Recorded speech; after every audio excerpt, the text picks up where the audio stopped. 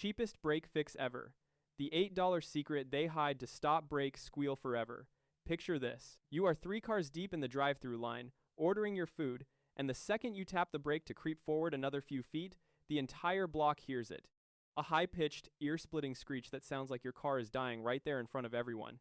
The guy in the car ahead glances in his mirror. The person behind you actually rolls up their window. You feel your face get hot because everyone within 50 feet just decided your car is a rolling embarrassment, and you have not even ordered your fries yet.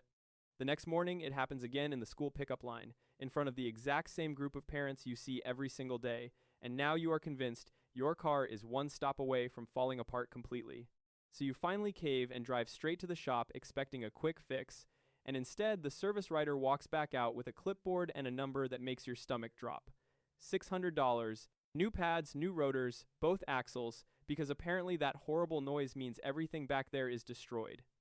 Except when you ask to actually see the old parts before they go in the trash, the pads still have more than half their material left. The rotors are not warped, not scored, nothing structurally wrong with either one. You are being asked to hand over $600 to replace parts that are, by every visual measure, fine. That gap between what they are charging you and what your brakes actually need is exactly where this video lives, and by the end of it, you will know precisely why your brakes are screaming and precisely why the real fix costs less than your lunch order did. Here is the part shops do not lead with.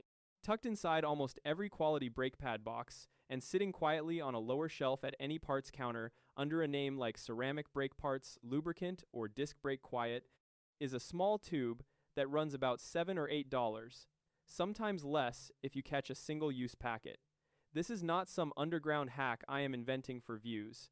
It is the exact compound brake pad manufacturers already specify for a correct installation, because a correct install is never just bolt the new pad in and walk away. It calls for a thin film of this lubricant at specific metal-to-metal contact points so the pad can seat, move, and settle without ringing like a struck bell every time you brake. The problem is that step takes an extra 10 or 15 minutes, it does not require selling you a single new part, and if a shop gets paid by the job instead of the hour, there is zero financial incentive for anyone to slow down and actually do it. So instead of a technician spending 15 quiet minutes with a wire brush and a tube of grease, you get a 5-minute glance at the pedal and a recommendation for full replacement because new parts bill out at a far higher number than a tube of lubricant ever will. Before I walk you through exactly where that lubricant goes, hit subscribe, because this channel exists to drag this kind of thing into daylight. Every single week, the same story plays out. A shop, a dealership, an entire service network built around the idea that the easiest sale is convincing you your car is falling apart, when 90% of the time, the real fix is something small, cheap, and deliberately left out of the conversation. We are not anti-mechanic here. Most technicians are genuinely good at their jobs, and plenty of them would rather do it right. We are anti-markup, anti-upsell, anti-pretending a lubrication problem is a parts problem, because parts pay better than grease does. You have probably already noticed this same pattern show up in other videos on this channel. A scary sounding problem, a wildly overpriced fix, and a real solution sitting on a shelf the whole time for a fraction of the price.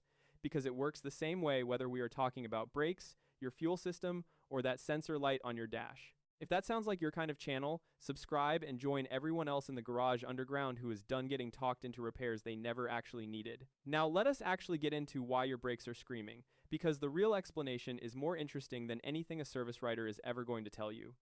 Brake squeal is what engineers call a stick-slip vibration. Every single time you press the pedal, the pad grips the spinning rotor for a fraction of a second and then releases, grips and releases, over and over, thousands of times a second. That rapid grip and release cycle pumps tiny amounts of energy into the whole brake assembly, the pad, the caliper, the mounting bracket, sometimes even further up into the suspension, and if nothing around that assembly is there to soak up that energy, it builds into a vibration strong enough to become an audible tone, which is the screech you are hearing at every stop sign. Notice that the actual source of the noise is the friction interface itself, the pad meeting the rotor, not some unrelated part rattling around off to the side on its own. New pads and rotors do not remove that stick-slip behavior. Physics does not care how new your parts are. The grip and release cycle happens no matter what. What actually controls whether that vibration turns into an ear-splitting tone or stays completely silent is damping meaning whether the metal contact points around the pad are free to absorb and dissipate that energy, or whether they have gone dry, rusted, or coated in years-old factory lubricant that has cooked away and hardened over time. That is also why a car can drive perfectly quiet for 2 full years and then suddenly start screaming without a single mile of extra wear on the pads. The hardware simply lost its damping little by little as heat cycles baked out the original lubricant and moisture crept in and started light surface rust at those same contact points. Ceramic brake lubricant works by restoring a compliant, high-friction resistant layer exactly at those metal-to-metal points, the spot where the steel backing plate of the pad touches the caliper bracket, the ears where the pad slides against the bracket, and the slide pins the caliper itself rides on. That layer absorbs the tiny vibrations before they can build into resonance, breaking the feedback loop that turns a normal stick-slip cycle into a scream, the same way padding a wine glass at the base stops it from ringing when you tap it. It does none of this at the actual pad-to-rotor interface, so your stopping power, your pedal feel, your factory braking performance all stay completely untouched. You are not lubricating your brakes in any way that reduces stopping power. You are lubricating the hardware around the brakes so the vibration has somewhere to go besides your eardrums. And because the ceramic formula is rated to withstand heat ranging from roughly 40 below zero all the way up toward 3,000 degrees Fahrenheit, it does not cook off, dry out, or turn gummy the way a cheap all-purpose grease would under the temperatures a caliper actually sees, which is exactly why this is the compound manufacturers specify instead of whatever happens to be cheapest on the shelf. Now let us talk about why the things you have probably already tried did not work. First, the full brake job you might have already paid for once before, only to have the squeal creep back in a few weeks later. If the actual cause was worn out or missing lubrication at the hardware, and the shop installed brand new pads the exact same way, dry, ungreased, straight out of the box, you have simply reset the clock on the same problem. New parts do not fix a lubrication issue. They just delay the return of the noise until the fresh pad surface beds in. That is the real reason some people swear they have replaced their brakes twice in 1 year, and it still squeals. Nobody ever actually touched the cause. Second, the spray on quiet treatments sold at every parts store that promise to fix the noise without removing the wheel. Here is the problem with those, purely as a matter of physics. The contact points that actually need the lubricant, the backing plate, the pad ears, the slide pins, are tucked behind the caliper and the rotor, completely inaccessible unless you actually pull the wheel and the caliper off. A can sprayed at the visible edge of the assembly from the outside can only coat what it can physically reach, which is not the resonance source, so you get a quiet week or two at best, while road grime and brake dust wash the residue straight off, and at worst, you risk overspray drifting onto the rotor face, since you are misting a liquid right next to a surface that cannot have anything slick on it. Third, and you may have actually seen this one floating around, some people swear that a pinch of dry graphite powder dusted onto those same contact points does the same job for a couple dollars less. Skip it. Graphite can handle the heat fine, but it is a loose dry powder sitting a few millimeters from a spinning rotor and a pad's friction edge, and nothing is holding it in place once it is down there. Vibration and heat cycling over months of ordinary driving can walk that powder exactly where you do not want it, onto the surfaces that need maximum grip, not less of it. A paste that stays put and bonds to a clean metal surface does the same job without gambling your stopping power to save a few dollars.